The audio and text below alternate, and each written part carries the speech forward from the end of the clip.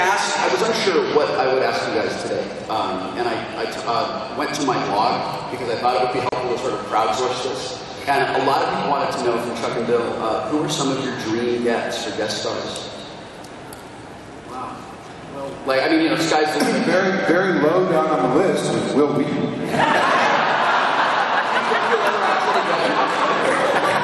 Remember that time you explained to me who he was? People know this guy. I understand he's kind of a big deal. Well, you know, we've been so fortunate, people that we've been able to meet. Stanley, who Chuck worked with when Chuck began writing at Marvel Productions and worked on, what shows did you work on? Oh, just move on. Move on. Well, Chuck is also the co-writer of the Teenage Mutant Ninja Turtles. Yeah. We worked for Stanley there, so we had Stan on. Katie Sackhoff was the immortal Professor Smoot, the Nobel Prize George winner. Smoot, Yeah, I want to tune in. Summer Cloud. The only thing geekier than the characters of The Big Bang Theory are the writers of Big Bang Theory. Here, here. That wasn't necessary. I'm sorry. I appreciate it. It's giving me work. Who's coming? Oh, who's? I think we're okay with it, right? If are people booked? I think it's okay. Oh, tell us. We want to know. Yeah, please. I think we got Steve Wozniak. Steve Wozniak is and we are talking to some other cool people who I guess we can't say until their book. But the thing is that we never say who would be a stunt cast that, for the sake of stunt casting. We think they're people we think are cool and we're fans of, and so that's who we go for. You talked about some of the big nerds, right? Like getting a physics professor and people like that. And I had a really interesting conversation with Steve Millar about the wonderful creative tension in the writer's room between nerds and normals. And I observed between the nerds and the normals. Oh, and with normals. well, relative to nerds, I guess. And I observed when I was on the set that there's this great, it's almost like playing comedy operation where you pluck a joke out of the the little board there without making the guy's nose light up and kill everything. And it makes the show really accessible to people like me and people like my wife who are just nerd adjacent. By definition, she's always nerd adjacent. She is always nerd adjacent. That's right.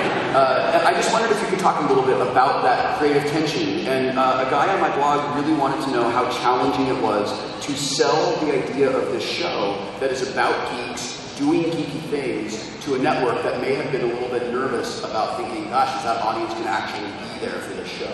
Well, first of all, let's introduce we're Steve and Lee Aronson too. Stand up. Stand up.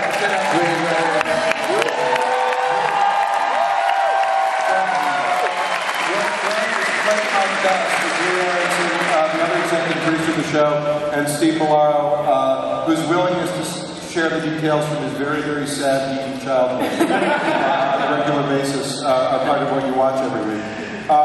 There was never a discussion that I recall, I'll turn to you, Chuck, about the show being too geeky or anything like that. CBS. No, CBS. It was, they got it right away. They've been very supportive. And I'm not known for being really appreciative of CBS and network executives, but they've been terrific. Some of my favorite jokes on the show are like Homo habilis discovering his opposable thumb says what? Spherical chicken in a vacuum. And are these things that you ever worry? Like, do you have to go and explain to people like this is why that's funny? Well, listen, I think the network executives won't listen, but the average nerd is a little bit more tuned into these things than executives are. We presume an intelligent audience, so it's not, you just start out from that. And then with the chips fall. I also asked on Twitter if people had any questions, and someone on Twitter called Kunal wanted to know, did you cast Kunal because of his good looks or because of his talent?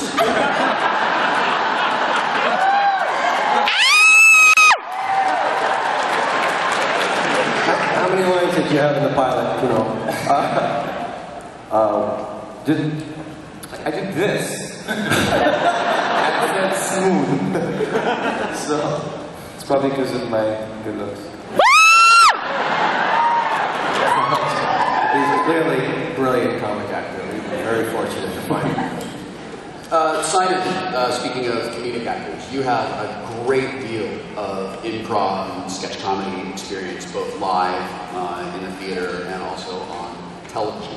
And, you guys like television? Not a round of applause. And all of you are really terrific comedic actors. And I wondered, Simon, with improv experience, do you get to play on the set the same way that you would get to play in an improv show? Do you get to bring some of your own ideas? And if you don't, do you miss that? Well, I write all my own lines. It's just sort of, there's usually a to be determined section whenever I speak. I have to be really schooled in physics, so it works out well.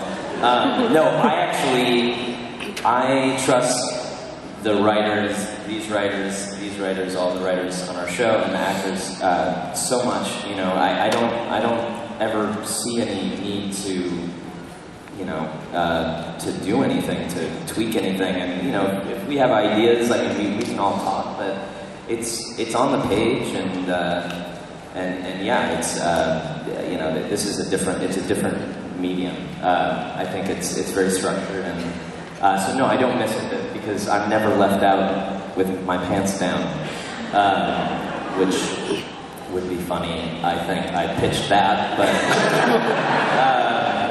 but no, you know, so I can't get my pants off the ones they put on the show. So yeah, it's an amazing group.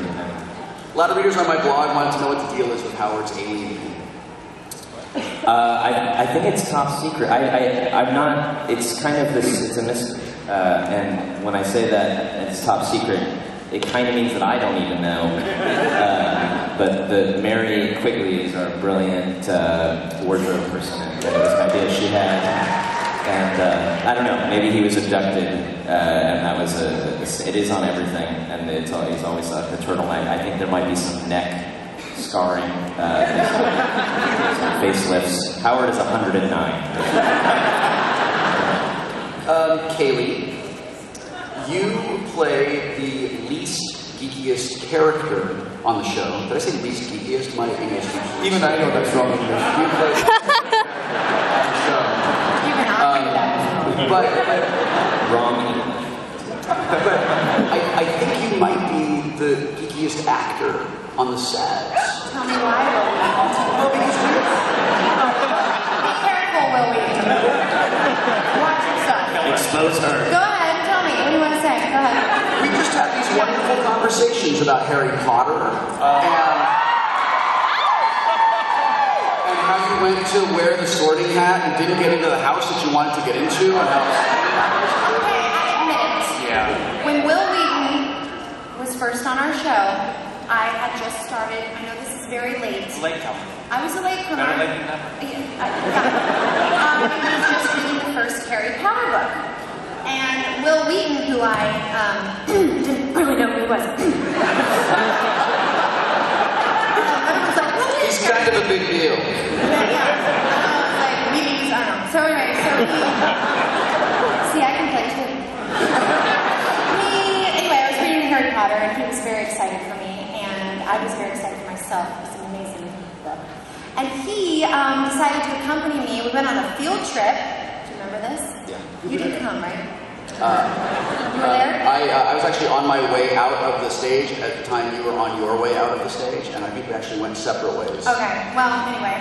It was quite a journey. Yes, I went to get my hat, the sorting hat sorted on me at the place. And It was awesome. It's an occupational perk. There's like, because we're working on the Warner Brothers Yes. there's like all this Harry Potter There's stuff. a museum. Oh, sorry. There's not an actual sorting hat. Oh, no. No. It's not real. Well, we go to set, they sort us, but it's fine. But no. There's a museum on the lot. There's a museum in the lot full of all the Harry Potter stuff. And so I was really into Harry Potter, which I still am. And so we went and got sorted. And it was awesome. But What house were you in? I was not a Slytherin. I seem to recall that you actually were Slytherin. I was not a Slytherin. You know, I think maybe I was. You were Slytherin. When I came back for the weekly recurrence, you were reading books on your Kindle. You were very upset that your Kindle had broken. And we all teased you about that. That's right. Right? I just wondered how being on this show, being around these people, being around these writers, being around these themes, how that has helped you get in touch with your inner youth. Oh, it has. I thought I was kind of the first person with the Kindle. People were jealous of me. Yeah. Cast early adopter. Huh? You were a cast early adopter. Yes, yes, it was awesome. No, I love nerdy stuff. I like gadgets, and we're all very gadget-based with stuff, and the phones and the Kindles, and, you know, so I like to read. I do like to read Harry Potter. I'm obsessed with him. I can't wait till the next movie. Johnny? Yes, sir. Leonard feels to me like the emotional center of the show. Leonard feels to me like what one of my writing teachers called the connecting character for the audience. And I wondered if you agree with that. And how you came to know who Leonard is. That's cool. It is. You want me to hold your gun? Side gadgets. Yeah. Thank you, Josh panel. Coming up next, there's gum under the table.